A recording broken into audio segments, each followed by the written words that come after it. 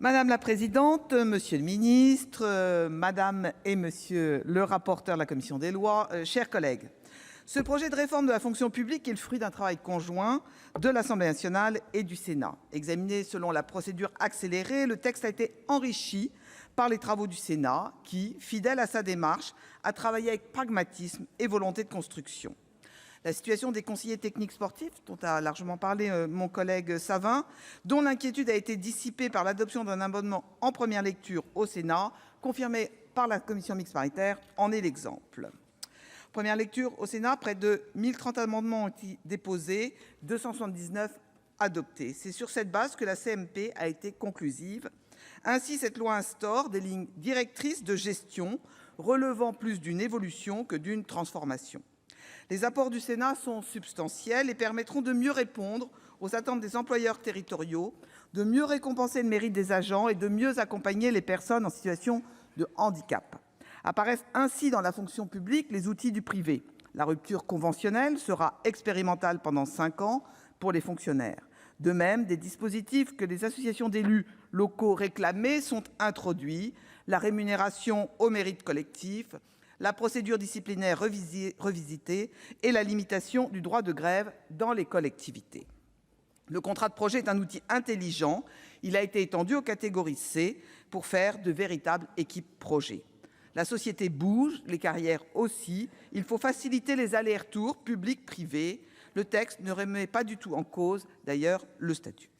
A également été adopté au Sénat et confirmé en CMP un outil qui déterminera la stratégie pluriannuelle de la collectivité en matière de ressources humaines, la gestion prévisionnelle des emplois et des compétences, les orientations générales pour la promotion, la valorisation des parcours. La question de l'apprentissage dans la fonction publique a été également au cœur des débats. L'apprentissage est un outil essentiel pour l'insertion des jeunes, auquel je suis particulièrement attentive au sein des missions locales. Je suis heureuse que le Sénat ait adopté l'amendement du Gouvernement permettant d'aligner le coût de l'apprentissage dans la fonction publique par rapport au secteur privé. Ne fait pas obstacle au versement d'une majoration de rémunération dans les conditions qui seront précisées, monsieur le ministre, par décret.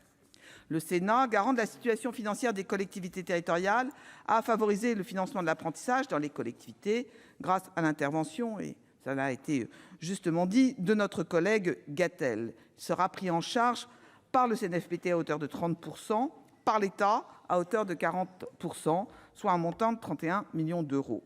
Le reste à charge sera pour les employeurs territoriaux, sachant que les collectivités dont la situation financière est très tendue n'embaucheront pas de jeunes en apprentissage si le coût reste trop élevé. Je me félicite de cette avancée, mais restera attentive à l'efficacité des mesures adoptées. Enfin, je me réjouis que le travail du Sénat ait été conforté pour accompagner les agents en situation de handicap. C'est l'illustration du travail prospectif du rapport de la commission des lois du Sénat, donner un souffle nouveau à la politique du handicap dans la fonction publique, rédigé par Catherine Di Folco. Il est donc prévu que soient généralisés les référents handicap, autoriser la titularisation des apprentis handicapés et consulter davantage les associations représentantes des personnes handicapées. L'excellent travail porté avec conviction par les rapporteurs de la commission des lois, Catherine Di Folco et Loïc Hervé, nous permettent d'arriver à un texte dans un temps record, à un texte équilibré qui répond à une réalité et à un besoin. Espérons que l'application du texte soit aussi aisée que le vote ici ce soir au Sénat. Le groupe Les Républicains votera ce texte. Merci.